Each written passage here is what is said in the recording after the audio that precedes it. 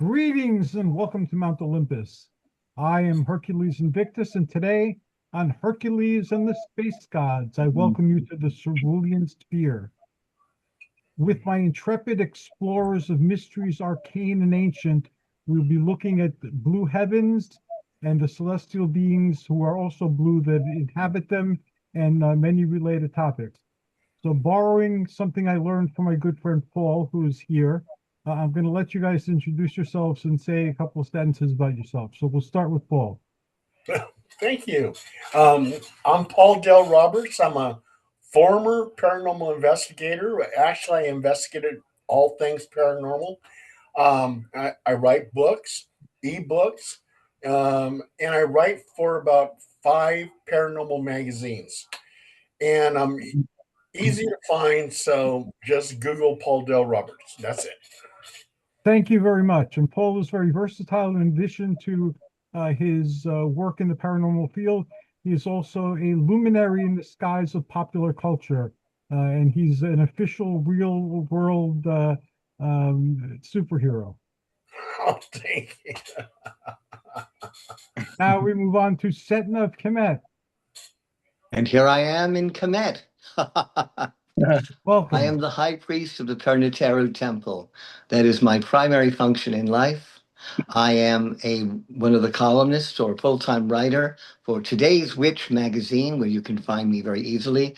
I have about 9 articles in by now. They're very happy with me. They're also publishing my new book, which will be called The Serpent Wore Two Crowns. Should be out the way we're talking now, probably in the summer, and I'm excited about that. You can reach me easily here. You can reach me on Facebook at Michael K. Waterman, my other incarnation. You can get me at Phono Wizard because I'm the wizard of Phono Wizard. And I think that'll do it for right now. Okay, thank you. And now we go to Alan Greenfield, the legendary, the mysterious, the outer space guru. And the beings are doing that thing because all I see in my little slot on the screen is some green grass. Are they trying to imply I'm pushing up daisies? No, I'm still here. If you can see me, shout out. Well, there is kind of a blur on the left side of the screen. Do that again. Yeah, you were there. I saw you, kind of. Well, let me move back and forth, I guess. Okay. So I'm Alan Greenfield. I write books. I do essays. I have enough essays put together to do a new anthology if I can sell it. So hold on, people. If you want one of my existing books, probably go to Amazon or, as I like to say, wherever fine books are being sold. Oh, I just saw my hand. That must be saw your hand too. It's a start. And Alan is going to be the subject of a series on all the books that he's written, which will be launching as soon as we can coordinate things with the publisher. So I'm greatly looking forward to that. Lots of people that I have met and interacted with over the years know Alan or know of Alan. So this is very exciting, and we'll be doing the same with all of you in the not too distant future. And with that, we go to Ammon. Well, hello there, Hercules, and hello, everybody. Greetings, greetings, greetings. Hey, my name is Ammon, and I grew up a soccer player and a baseball player. But in the 2nd grade, I discovered that I could sing and sing fairly well. So I pursued a degree in music from UC Irvine, which I got that degree in Bachelor of Music and Vocal Performance. I'm a singer. I'm also an artist, and most recently, a writer. I'm writing I'm finished with my first book. It's called The League of Azure Blue Angels. We're talking about blue entities, blue angels. And the digital copy or the digital version of that is coming out in about 2 to 3 weeks, and the hard copy in about a month or so. So I'm really excited about that. It's called The League of Azure Blue Angels. My wife and I have been seekers, spiritual seekers, spiritual explorers in theosophy. Church Universal and Triumphant, Rosicrucianism, and most recently the Urantia book. And glad to be a guest on Hercules' shows since 2016. Thank you, Hercules. It's been a good decade, and great journey so far, and I anticipate it'll be a great journey from this point henceforth as well. Thank you. Hope so. Thanks. And now we have a relative newcomer to our company, Michael Kopf. Greetings, Michael. Introduce yourself and let us know what you're all about.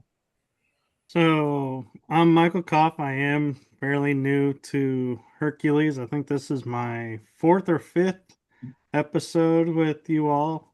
Paul introduced me to Hercules, and I'm grateful for that. And I am a metaphysical paranormal investigator, author, and podcast host. And I love delving into the unexplained and the esoterics.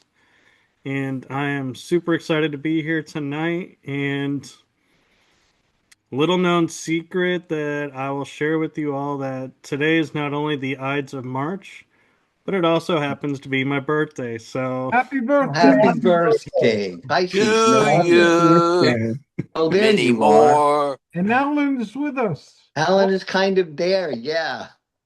Psychedelic Alan is with us. Oh, yeah. Well, it was the technical difficulty was I hadn't taken the little spy thing off of my camera Ah, okay. because That'll I'm do it. technically illiterate, although my soul is free. Thank and you. now Hercules, you need to introduce yourself. I am Hercules Invictus. I am a Greek. I am a paranormal investigator. I am an author. I am a lecturer. I've worked mostly in the human services for much of my career life and in education. And I've been sharing my weird adventures with the world since I was a teenager. My first gig in public was with United Lodge of Theosophists, where I talked about Hercules and the Zodiac. And it's kind of continued through there, sometimes quietly in people's parlors or houses, and sometimes publicly in libraries or schools. So now I had a television show for a while. I made a movie. Now I'm a podcaster. And I hope I'm all of your friend, because you guys are awesome, and I always look forward to interacting with you. Yes, sir. That's all I have to say.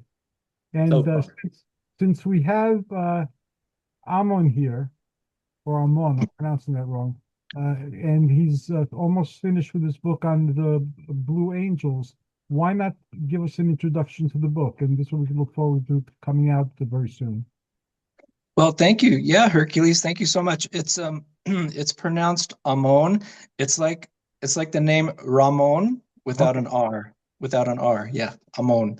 But you know, it's pronounced 5 different ways, and I don't mind. So if you want to say Ammon or Amen or Ammon or whatever, it's fine with me. I will say Well, Ammon. what's that? I will say Ammon henceforth. Okay, sounds good. Thank you. Well, yes, I want to keep this upbeat because you know, today is kind of a special day for me. It's your birthday, Michael, and was it Michael, right? Yes. Yeah, your birthday and Ides of March. Little interesting there, but today is and I'm sorry, please forgive me, guys. I'm a little bit nervous today because today is the 1-year anniversary of the passing of Diane. I'm Sorry. My sorry. beautiful wife. Thank you, guys. My beautiful wife, Diane, passed away on March 15th of last year. And so, you know, Alex and I went out to kind of celebrate, my nephew, Alex, kind of went out to celebrate a little bit at a Chinese place. So trying to keep it upbeat. She's busy. She's got a beautiful, beautiful new life with the father and the mother in their loving embrace. So I'm very happy for her. And we connect a lot. You know, as Edgar Casey says, the departed and the deceased build a bridge. When the departed departs, they build a bridge, and they even have a language. So Diana and I definitely have a language. And we have kind of been together in her own way with this bridge, um, writing a book, writing our first book. We started actually when she was in the flesh, called The League of Azure Blue Angels. It's the story of our life together, mostly our spiritual journey together, with a little bit of biography thrown in. But it talks about our spiritual journey, our journey with the celestials, our celestial friends, our ministry, our love, of course. So, you know what I put in the book, Setna? I put in the book what you said in one of our earlier shows. You said, oh, this is kind of like your love song to your wife. And, you know, in the conclusion, I actually put that in the book, Michael. I put, this is my ultimate love song to my beautiful wife and twin flame. So thank you for that. Appreciate that. Thank you, Ammon. I'm so sorry. Toward the book, in chapter 24, as a matter of fact, and by the way, the book will be coming out, like I said, in a couple weeks digitally, about a month or so paperback. But chapter 24, which is one of the final chapters, is called A Visitor from the Sun. And it talks about Diane's experience that she had with a blue angel. His name is, the name he gave us is Azure Blue. Well, for about a year and a half or two before she passed away, she had been working with the celestial being whom we know in the Greek as Hestia. So Hestia was coming to her and like kind of helping her and comforting her and giving her some guidance, especially to rest and some health things, you know, toward the end of her life, because she was kind of winding down a little bit.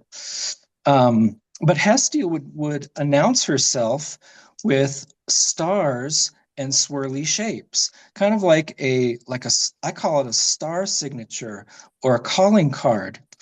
She would announce to Diane in Diane's field of vision, she would announce her presence with these stars and these shapes. And then she would talk to Hestia, and Hestia would talk to her and give her advice, and so on and so forth. But on October 6th, she had the lights come on, but the lights were a little different, and the shapes. And I just wanted to read just a tiny little excerpt of her encounter with this angel, Azure Blue, that she had on October 6th, 2024. And this would have been about 6 months before her passing, which was on March 15th, 2025. And this is from our book. This is from chapter 24, A Visitor from the Sun. And this is what Diane relayed to me. Early in the morning on Sunday, October 6th, at about 9:30 a.m., I saw the lights come on again. Usually when Hestia comes to communicate with me, I see slithering blue lights consisting of triangles that are about 2 or 3 feet long. The lights move around like a dragon or in a serpentine motion. The lights are narrow at the bottom, like the tail of a comet, or the way a whale's tail tapers at the end. This time the lights were different. They were very small and measured only about 8 inches long. They were the same overall shape as Hestia's lights in the way they tapered at the tail, tail end, but not all the blue lights consisted of triangles. I noticed a difference with these lights. I did not feel it was Hestia. When I asked who had come, a visitor replied that they were on the sun, the S-U-N, sun. I recognized immediately that the entity was a male, so I knew it was not Hestia. He said he was having a hard time communicating with me. I asked him if Hestia was there. He said no. Somehow I knew it was a male entity. He said he came to talk to me this morning. He told me he wanted me to rest, kind of like what Hestia did, wanted me to rest for a while and then take a walk and rest a little bit more. Well, at first she thought it was Gabriel because since 2013, Diane and I had been working with Archangel Gabriel and other celestials, but it turned out to be this Azure Blue, and he is in charge of the League of Azure Blue Angels, who has a headquarters on Venus. And with his celestial consort, Azurelina, they both have a home on Neptune. But even though the League of Azure Blue Angels is headquartered on Venus, Azure Blue works a lot with Gabriel and others on the sun. And he says he's a watcher and that he watches certain people and watches over certain people throughout our solar system. And he said he and his consort Azurelina would be watching over Diane and me for a number of years, even after our death. And they even welcomed us into their celestial family, which is really nice. And so that gave Diane, I think, a lot of comfort, and me too. And I think the angels that came after Azure Blue and Azurelina, like this angel named King Kaiser, an angel Queen Lila, and other blue angels of the League of Azure Blue Angels and other angels from blue groups, I think they provided her some comfort. And I think actually, from what I have been receiving, that they escorted her to her new life with in the embrace of the father and mother. So that's in the book. There are other things in the book, but that's her experience and our experience with the angels that came toward the end of her life to give her comfort. And today is her 1-year anniversary. I know she's having a wonderful time, and I've been told that she's working hard, and that we have that language together, which I'm so happy about. So it's a good day. Thank you very much for letting me express that, Hercules. We will dedicate this show and our endeavor with the cerulean sphere to Diane. Thank you. Thank you. I miss Diane, and I'm glad that she's in a good place. Yes, thank you so much. Thank you. Yeah. And now we will go to someone who's written of sorcerers and sorcerers.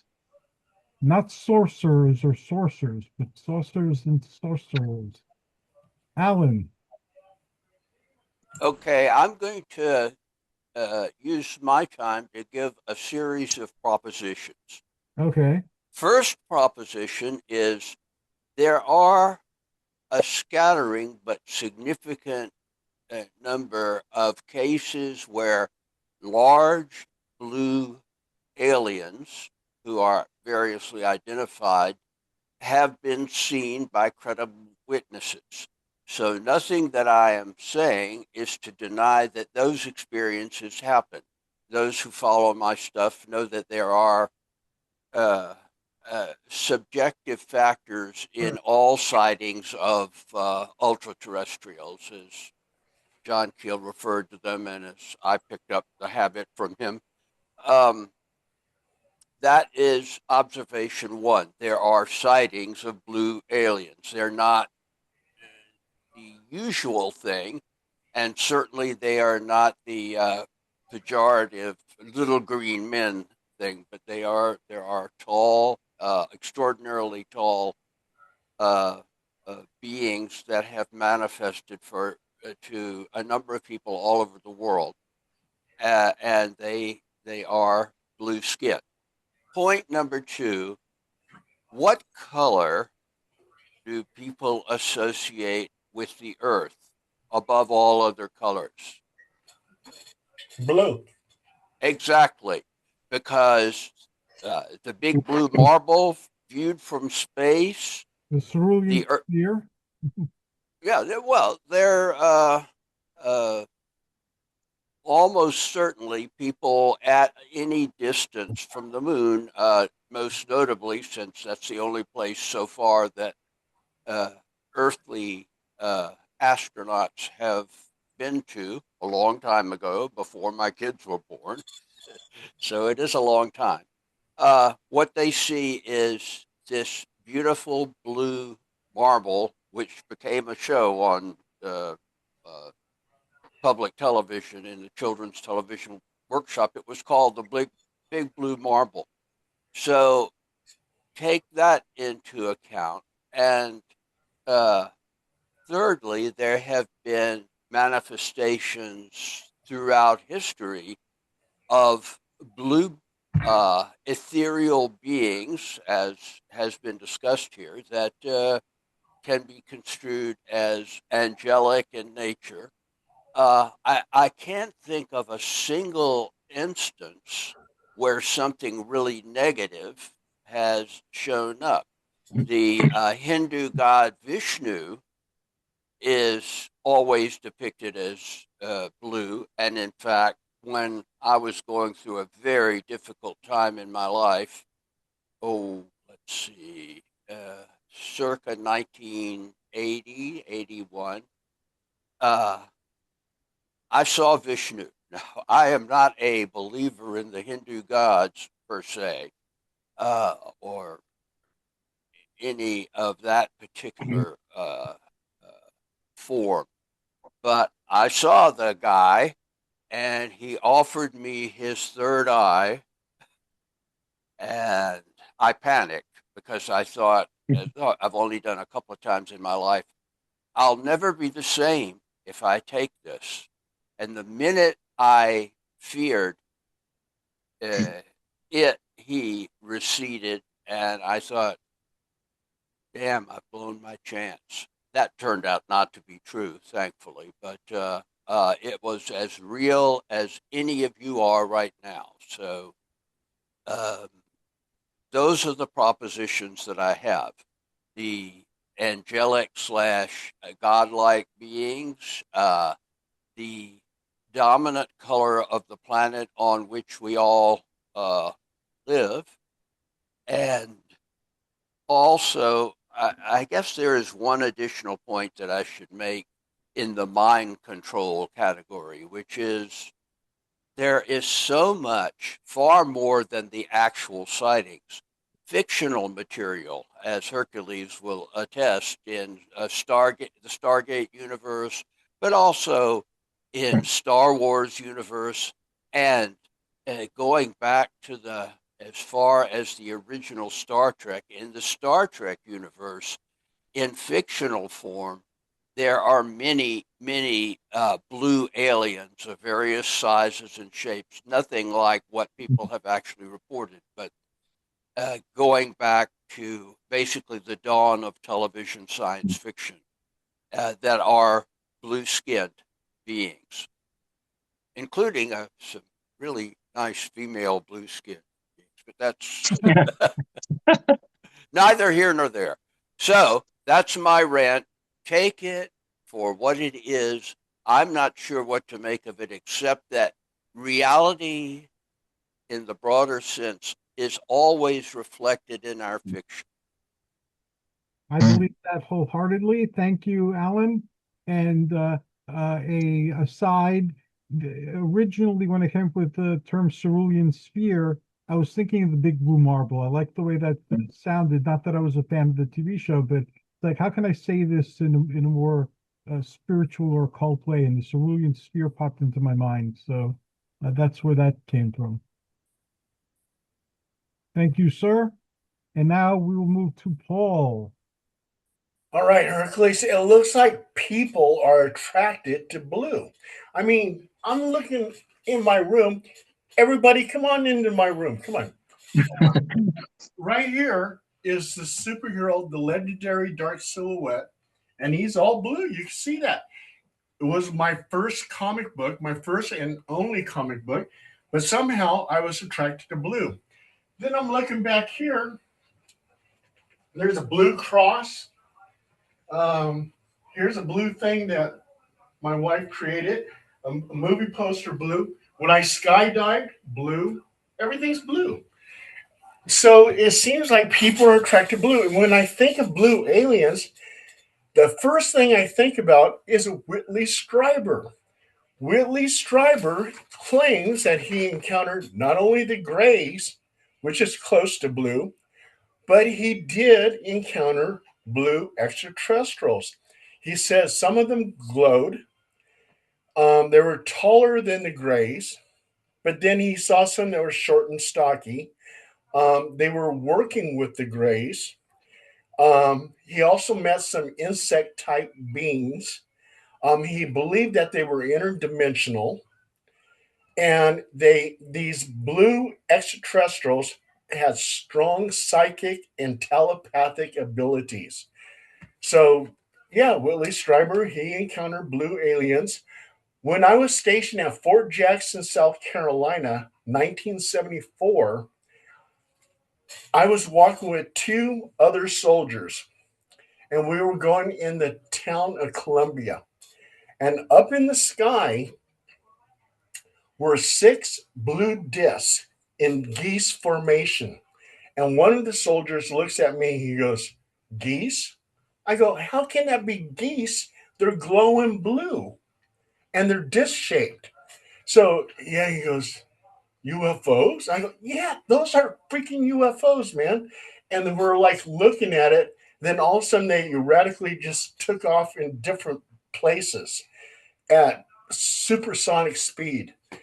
And I said, those were definitely UFOs, and our mind were just blown. Come to find out later on in life, I found out on the East Coast, a lot of military installations were under observation of UFOs. People were seeing UFOs near military bases all over on the East Coast during the 70s. Angel encounters, and I think this is close to Blue Angels. Um, it was probably in 1998. My ex wife, her niece, and my son, we went to the Sacramento River beach. And I was on one of those little life rafts. And I'm laying in the water. It's a nice, beautiful day. My ex wife was playing volleyball with her niece and my son.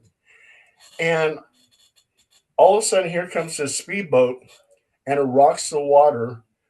My life raft, if I think that's what it's called, life raft or whatever, that I'm laying on, it flips over and I start going under. I'm a terrible swimmer, terrible. And I went all the way to the bottom. And then all of a sudden, I felt two hands on my chest and I was being pushed up onto the beach. And I said, "Oh my God." And I looked at my ex wife. I said, "Didn't you guys see me? I was drowning." And they're all laughing. "Oh, sure you were." I go, "No, I was." And I believe that was an angel. And also, too, the reason why I say blue is because as I came out of the water, it was like a blue flash. Mm. And I don't, yeah, and I believe that's somehow connected. And one other time I think that an angel helped me, and I was in Lake Tahoe, and that was in 1979. I saw a rabbit across the road, and I was avoiding hitting the rabbit. And I went over the cliff, and it rolled over about, I think, 7 times. When the policeman got there, he says, "You should have died. You should be dead." But somehow I miraculously came out of the car and I felt like I had cushion all around me. And again, was like that blue flash. So I didn't see a figurine or any kind of humanoid or anything like that. But I believe that blue flash could have been an angel. I'm not sure, but it was also too. It's kind of interesting if you believe in ancient aliens and the Hindu god Vishnu. He's blue, and he represents a calm demeanor. He's wise. Another blue god from India is Shiva, which represents destruction and transformation. Blue, if you look at it, blue represents calm, relaxation. I think of the beach, all that blue ocean, trust, loyalty, and authority.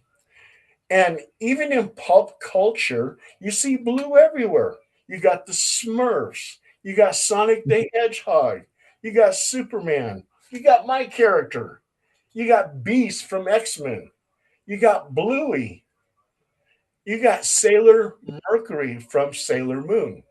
And you got Disney's Genie from Aladdin. Yeah. Yeah, so you got blue everywhere. So yeah, so I think blue really connects to us, to our psychic and everything else. And somehow, some way, and I believe that angels are connected to that color. That color calms you because I was panicking when I was drowning. I would have been dead, but I felt those hands that pushed me right up to the beach. So anyway, that's my story. Thank you. I'm glad the Blue Angels were there for you. And Ammon should maybe interview you for the next edition of his book on the Azure Angels, because There you go. Yeah. Sure. Testimony. Oh yeah, absolutely. now we'll move to Setna of Khemet. Hello, everybody. Hello. As you know, the Nile god, Hapi, is also blue. And this is his time. The Nile will go into inundation very soon and flood the Nile. And Ammon, I have something special. I came here for you. I had a feeling you were going to mention Diane. My spirit guides told me what was happening. And so, what I want you to do, if you would, is focus on my crystal. This is a cerulean blue sphere, and it is healing and helping. This sphere works to give people comfort, healing vibrations, an overall feeling of being alive. Green is life, that's true, but we know that blue, like the Blue Cross, is for healing. And so I use these spheres, this crystal, to give that energy to the people of the earth. I take this and my role as a high priest very seriously. And I use these things every day to help heal people. So focus on this crystal, please, Ammon, and understand that I understand as an Osirian who is a lord of those of the underworld, those who have passed on, that I understand that this is to bring people together. Think of it also as a mirror between life and death. And you'll see Diane, and you'll know that she's well, that's true, but you'll know it sincerely, that it is true from what I see. Can you see the inner core of that crystal? Yes. And you can see that it's moving. Yes. That's the life force you see coming to you. That was Yes. what I wanted to be here for. I didn't tell anyone, but I wanted this to be for you. I'll close it now. And you'll feel the calm and the serenity now. And that will fill your energy. And that's all I wanted to do. I came here to take care of that energy for you, my friend. Well, thank you very much, sir. Appreciate that. I wore black today. I don't usually look like the Crypt Keeper, but today I do. And I wore black today, more or less for the end of negativity. Black sends negativity back to its core, to its source. That's why most Western European priests wear black and nuns and such. But it takes away the negativity from touching someone. Blue is healing, black is repelling negativity. And that's why I'm wearing this today, to send away all the terrible negative vibes. This was the day that a certain dictator was slain in 44 BC, Julius Caesar. He pushed himself a little too far, and he was so full of himself. And finally, the Roman people said no more. And they did that in the guise of those senators. And yes, that was all destroyed. But there was, after that, Pax Romana, 500 years of peace in Rome. So in a way, Caesar sacrificed himself so that the negativity would go. Thank you for dispelling the negativity and bringing us healing energy, Setna. That was very kind and considerate of you to do this ritual for Ammon. Yes, thank you very much. I want to just say one really quick thing, guys. Edgar Casey says that on the year anniversary when the departed, the year anniversary of the departed, after having departed, that there is a sign that the departed gives to the loved one. Last night I had a dream with Diane in it, and Michael, she said to me, she said, "You better be on that radio program." She did. And now you know why. Yes, thank you very much for that. I really, really appreciate that. Thank you from the bottom of my heart. Thank It you. would be nice if she talked to Olive. Where is Olive? Good question. Olaf is in an Olaf place doing Olaf things. No, so mote it be. We can't say that that's a good thing or a bad thing. It's just an Olaf thing. Still love Olaf, though. He's a great guy. I've known him for very many years. He's a dear, dear, wonderful, powerful man. I'm glad that I got a chance to meet him. Onwards to Michael Kopf. Well, I just want to say, not only is this the Ides of March, but it also is the death of a distant cousin of mine who Michael just referenced. I am actually related to Julius Caesar. So how ironic, I'm born on the day he died. Wow. Yeah, How are you Michael, related to him? Which ancestor of yours is related to him? I'm interested. My dad. So you're Italian. I'm Italian, French, Scottish, Irish, Norwegian, Ukrainian by the fact that it was the Kievan Rus Empire. So technically Russia, technically Ukraine. So yeah, pretty much a European mix. Julius Caesar came from near the hills, so up in near Tuscany, actually. So that's interesting. Yes, and I have another blue aspect for you all that I want to share. And happy birthday, by the way, again. Thank you. Michael, I just got to say one thing. You also to share your birthday with my sister Sharon. Her birthday is March 15th, the Ides of March. Oh, wow. Wow. I'm honored, Paul. Yeah, and me and my sister don't get along, so don't worry about it. I don't get along with one of my sisters either, so Hey, listen, I'm with you Paul. on that one. Paul, you can have my sister. I don't get along with her either. But there is a blue that I wonder how many of you remember hearing about. It was announced in a movie in, I believe, 1984 called Dune. Oh my God, Oh, yeah. one of my favorite movies, of And course. the One of my water favorite. of life that he Water of drinks life. to unlock his full potential Yeah. was blue. Right. Made from a right. sacrificed baby sandworm. Yeah. Yeah. And so there's another blue reference for you. And another aspect of blue that I found interesting is a friend of mine, William Henry, talks about blue apples. And when he mentions blue apples, it's it's symbolic of a lost spiritual technology and supernatural power. So Mary Magdalene is attached to the Blue Angels, and so is Saint Francis is associated a lot of times with seeing blue apples.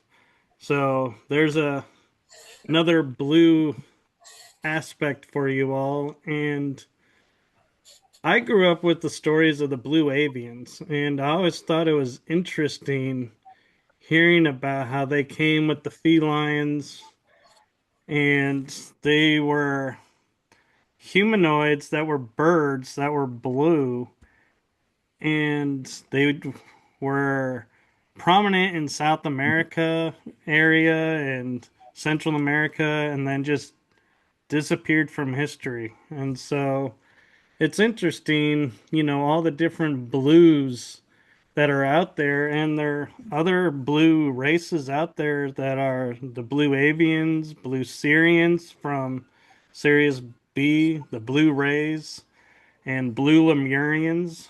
So blue is very much in our history and in our culture. And what I find the most interesting about it too is, when we feel like, or I say when I feel like celebrating something, or I feel like I need a little extra uplifting energy, I'll put on a blue shirt or blue pants, and it helps raise my energies. And I actually have blue eyes, and what I found interesting, I always thought it was really cool having blue eyes and how special that was. And then in elementary school, they taught us in the biology class, well, people who have blue eyes is because they have no pigment color in their eyes. And I was like, well, that kind of takes the specialness out of it. But I was like, forget that. I am owning that I have really cool blue eyes. And I always find it too interesting when, now that we have AI, whenever I type in like spiritual being or aura energy, a person showing their aura energy, they always depict the person, no matter male or female, with blue eyes. Michael, I And got to so, tell you something real quick. Scientists just recently found out that all blue eyed people share a common ancestor. Every blue eyed person that you encounter is your relative. So how many people here? I have blue eyes. You have blue eyes. Michael Kopf has blue eyes. Anybody else have blue eyes? Yeah, Ammon. I do. My Mine are dad blue. did. Mine are blue green. Close enough. My my sister's married to a blue eyed guy, but Nice. there's not no Okay. connection. Yeah.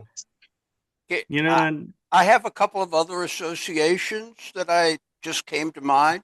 Okay. One, you were alluding to it, Michael, um, which is the brightest star in the sky is Sirius, and many cultures all over the world, going back to, well, at least to the agricultural revolution, so called, back in 12,000 years ago, uh, carefully watched the sky for the helical rising of Sirius, which is it rises more or less just before the sun rises, and that marks the beginning of summer. And of course, uh, the Earth may be a big blue marble, but a very much bigger blue marble is the visible to the naked eye brightest star in the sky, the blue Hmm. star Sirius. And uh, many of the ancient monuments that are considered to be have an astronomical function, arguably even including the latest thing they've accidentally kicked over in Anatolia, um, are oriented so that they know when the helical rising of Sirius happens because it inaugurates the dog days of summer. Dog days, of course, having to do with the dog star. There's even in my occult tradition of the rites of Memphis, that's not Elvis in Tennessee, that's Memphis in ancient Egypt.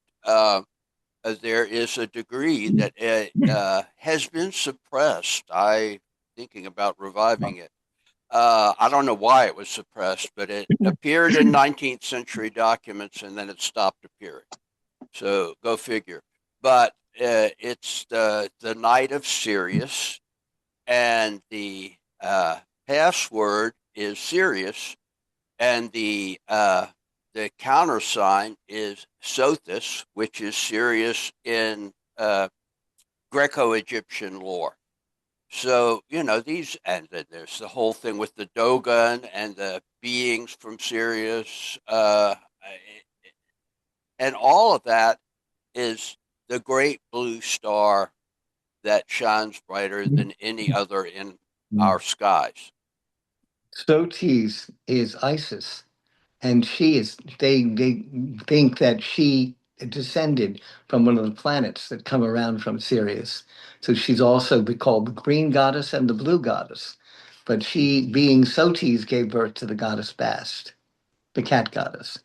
And I'm a Lemnian Greek. Lemnos is the island of Amazons that the Argonauts landed on, tarried for around a couple of years, and repopulated the island. And their children ruled Lemnos until there was a revolt and they were thrown out. And they went down to the Dogon tribe and intermarried with them.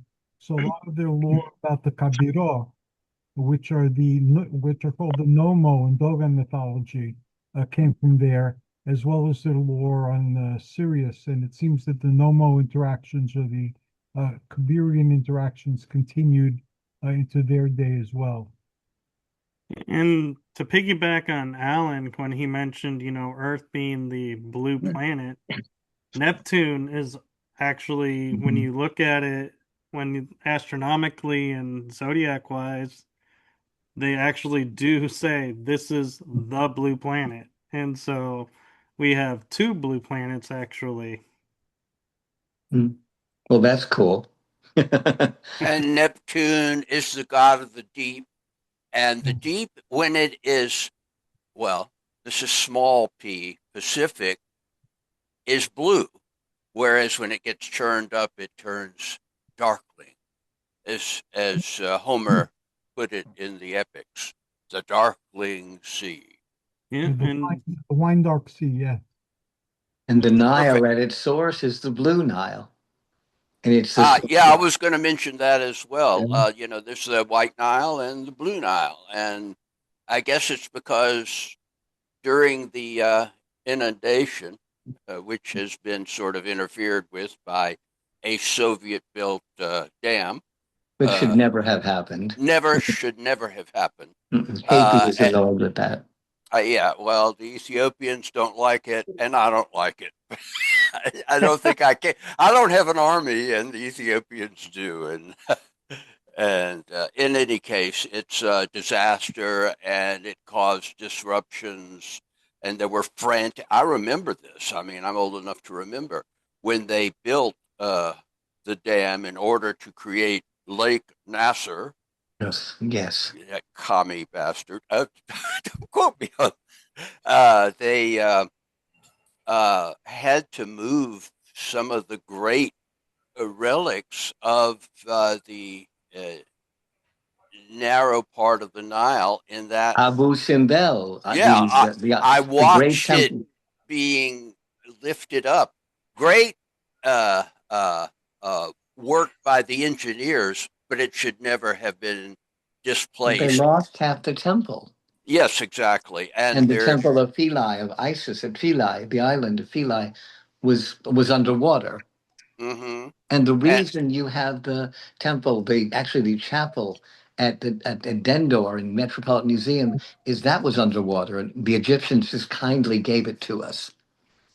There are divers that are still finding relics from various periods, some of them far, far older than Ramesses and the Ramesside pharaohs, that are submerged there as a result of a lake for the late Mr. Nasser. Alan, you're speaking my love language. Thank you. Well, I mean, it's part of mine too. The Rite of Memphis, which I, am grand Kopf of for the moment, till the end of the month anyway, is based in large part on Greco-Egyptian tradition, which in turn probably dates from Heka, which is probably pre-dynastic. Yes. Yeah. Did Michael Kopf ever finish what he was saying? And I'm Michael, enjoying the, I'm sorry. no, I'm enjoying the conversation where it's going. But one thing I was going to add is, blue is associated with power. And I find it interesting in modern times that our Navy, the U.S. Army's service uniform, the dress uniform for the Air Force, and Coast Guard is all blue. And so it's, and who are the branches that go in first? The Navy, Hey, Air hey, Force, the hey, Army. Army, which what I was, lean green fighting machine. Yeah. So I just, pointing out that, as, we're talking about blue and being, outward in space and everything it also has impacts here on Earth and is used in special ways here on Earth as well. And it is interesting to me that when we look at the stars, a lot of the stars at night, some nights are yellowish, some nights are whitish, some nights are bluish. And so it's interesting how they change colors depending on where you're at and what the conditions of the sky is. There's the skies of Mars, which is associated with the color red, which is associated with blood and war since remote antiquity, is actually often the skies on Mars are blue. All the pictures we see from NASA are essentially black and white pictures that are color coded. You don't transmit from Mars to Earth, which takes what, 9 minutes, 12 minutes, something like that. Well, So it's easier to do black and white and then colorize it based on the density. I mean, I don't know the details of that. I'm not a technical person. I couldn't even get my own image on the screen before we came on. But apparently, if you do true color, the skies of Mars are as blue as the skies of Earth. The surface is, well, they say red. It's actually rust colored. But they have blue skies even up there. So maybe there was life there long ago. Maybe even we came from there. I've heard tales of both, and they're remarkable. And one other serious SIRIUS, not seriously, folks. There is a ritual in one of my books, I think it was Secret Rituals of the Men in Black, where the only time you can successfully do this ritual is at the helical rising of Sirius, which is usually June 21st. I mean, it can overlap into the 22nd, but that's the only time it works. And I know people who've tried it at other times, and I say, silly rabbit. For kids. Exactly. I'll shut up now. And when I was when I was ghost hunting, sometimes we would take pictures of blue orbs or red orbs or black orbs. And orbs can be almost anything, but if you can show that it has intelligent movement, that was something that we can deem as paranormal. But there was times where we would capture blue orbs. Awesome. Wow. There's enough here for several follow-up shows, so I'm going to be putting those together for the weeks and months ahead. Next time, regardless of whether everything clicks with a publisher, I do want to focus on Alan's book, Sorcerers and Sorcerers. I haven't read it, so we'll just do a blind. You should read it first. You may not want to do it. Well, It's mostly nostalgia about the great days of ufology. and I'd love to hear about it, and I'd love to read it first. But if not, we'll just plunge ahead into the unknown. And I want to thank everybody for being here and for contributing to this topic. My brain is moving in a lot of different directions. As I stated earlier, I have several initiatives that I started. One is on the under the color blue. One is the constellation Hercules and the surrounding stars and all the occultism that's created around those things. Right now, I'm working on the upside down crown that's next to the normally upside down Hercules. And that's the crown of the Elohim from the Theosophists. There's a lot of occultism around that, so I'm playing with that, and several people are playing with me. I think we've done a few shows on it. If anyone wants to focus on Blue Angels, let me know, and we'll plan more shows about Blue Angels with Ammon. And if anyone wants to do a cultural thing on blue, as several of you have done, we'll dedicate programs to that as well, and that'll fit into what I'm currently, my big master plan. So we're going to go around and everyone can share their contact information, and we'll start with Michael Kopf. Oh, wow. Well, thank you. So Real quick, another blue that we didn't mention constellation-wise is the Pleiades. It's one of the only blue constellations out there. And my contact information is on my link tree. You can also find me on Facebook under Michael Kopf. And I'm on YouTube, Rumble, and if you have a hard time finding me, ask Paul and Hercules. They both know how to find me. Paul puts me on IMDb, so, you can find me that way too. And happy birthday, happy Ides of March, happy birthday to other people who share the same birthday. And thank you for being here.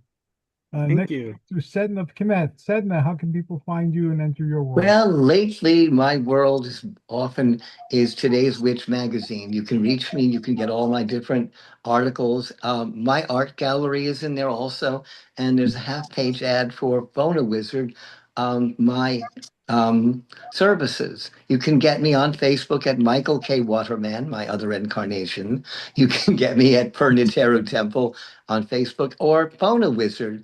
You can also reach me. I would say by email if you want, mkwaterman@icloud.com. And I'm on a bunch of other books and things and, those ways. If you wish to reach me by phone, 516-650-3691. Give me a holler. Thank you very much. And Paul. Yes. You can reach me on 3 different podcasts. One by Hercules Invictus, All Things Paranormal, Ghost Wankers. We changed the name from The Waiting Room to Ghost Wankers because there was too many waiting room podcasts. Daniel Diva podcast. So those are the 3 podcasts I work with. You can find my articles in Paranormal Underground Magazine, Phenomena Magazine out of England, Outer Limits Magazine, UnX Magazine, Ghost Buzz Magazine. I have a bunch of ebooks on the Internet Archive, Google Books, Google Play. And if you want the printed books, look at Amazon and Barnes & Nobles. And you can reach me just by simply Googling Paul Dale Roberts, and everybody can take one of my business cards. There's one, and there's another. So, and also too, when I invited everyone to this room, I think Ellen took something. I had a little Robbie the Robot. It's missing now. So, Ellen, you have it.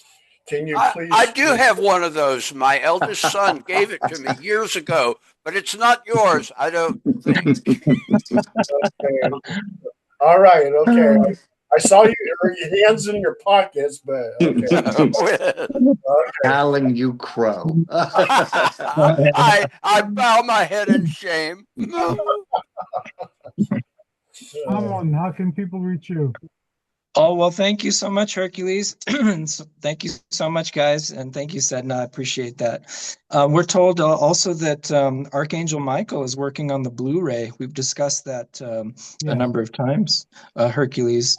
And Diane Diane, about a couple years ago, she put forth a prophecy that on April 13th of 2026, that's less than a month from now, she said that Archangel Michael, also known as the local universe father in the Urantia book and Zeus, according to our information, he's going to be giving a special blessing to everyone on the earth whose hearts are open to receive that blessing. On April 13th, 2026, he will come in the spirit to give a special message and a special blessing to those who are open to his blessing. I will post that. If you can send me the information, personal message or an email, I'll make sure I have it in front of me, and I'll post something on Facebook and social. Well, thank you. I appreciate that. And michaelduncan1@hotmail.com is my email. We have a YouTube channel, Michael and Diane Duncan. It's Dunkin, like Dunkin' Donuts. And that's 2 N's in Diane. So Michael and Diane Duncan. And then I have 5 albums and an EP on download and streaming sites, my song albums. Just Google Reverend Michael Duncan and you can find my song albums. And then the book, our book, Diane's and my book, League of Azure Blue Angels, will be coming out digitally, like I said, in about 3 weeks, and then paperback in about a month or so. Thank you. Fantastic. And again, we miss Diane, and I know her boss, even though she's still in your life, which is good, she's not right here. So I can understand. Oh, let me just show a picture to everyone really quickly. Sure. I wanted to show you. Here's a lovely picture of Diane.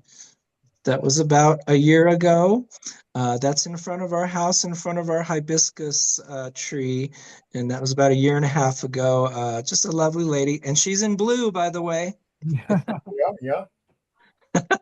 Thank you, Hercules, so much. Thank you. And thank you so much. And Alan Greenfield, how can people enter your strange and wonderful world?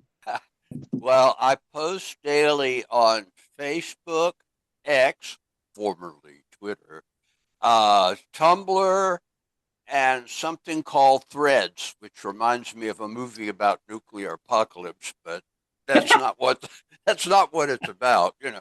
And my books, well, I don't have any control over my books, but the ones that are in print, which is most of them, you can get through Amazon. That would be my preference because they pay quickly.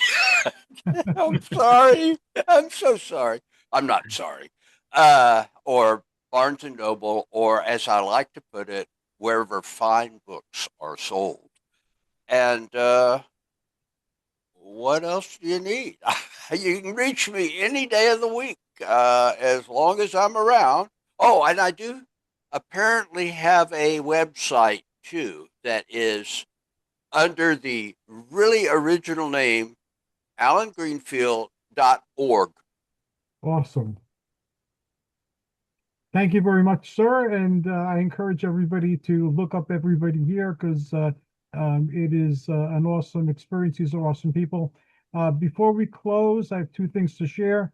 One thing is that Mark Brinkerhoff was not able to join us tonight with his wife, Phyllis, but he left me an email and recounted that he's met blue beings several times in his outer space adventures and on the ship, and that he even met Krishna, who's a blue space being, several years back. So he says that they look like regular humans for the most part, except that they're blue. And I'm adding to opportunities that are available here if anyone wishes to take them, is I'm doing a real life superhero thing. As everyone knows, I was diagnosed with Parkinson's. So I'm fighting that, of course, with everything I have in every way I can think of. But in the interim, I was debating how much I should pull back from my normal activities. So I took a break from some things for a while, including local politics and local health initiatives and things like that.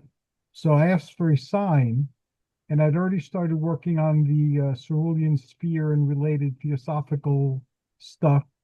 And I also, because of my name, I wind up as a comic book character in like Marvel and DC. Everybody, there's like tons of versions of Hercules. I'm another version of Hercules.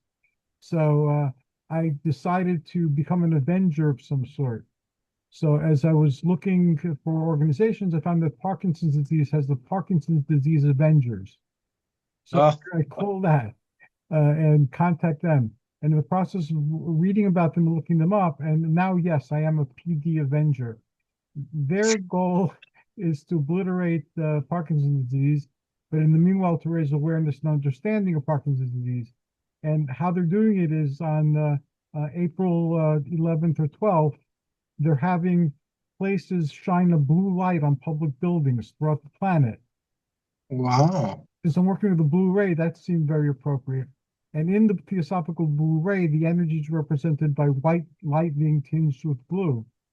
So their symbol is a blue color with a white thunderbolt.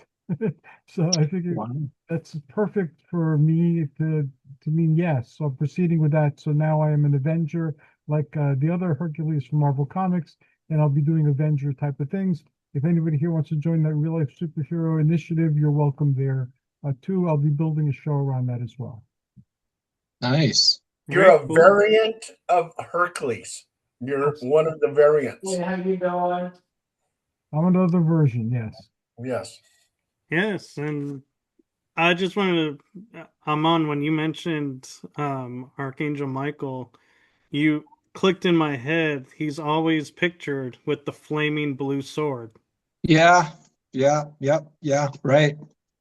Blu-ray. And Michael Kopf will be joining our Order of Michael, because he's a Michael too. So he'll be on our next show together. Awesome. That's great. And nobody talked about the song Sung Blue, and no one talked about the famous Blue Eyes Frank Sinatra. That's what we. Or Blue Moon. How about Blue Moon? Oh, Blue Moon. Yes. Yes. Or am I blue? Or a blue Christmas. I mean, let's go.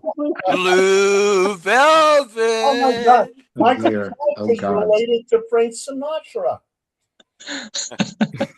Why not? And Andy Sinatra by, you don't want to go there. Isn't that a And cab Nancy driver in Sinatra. Hoboken? Yeah. Onwards, I'm looking forward to touching upon all these topics in part 2 of Blue Beings. Take care, everybody. Thank you very much. God bless Blessings everybody. all. Life, you. health, and God prosperity. bless.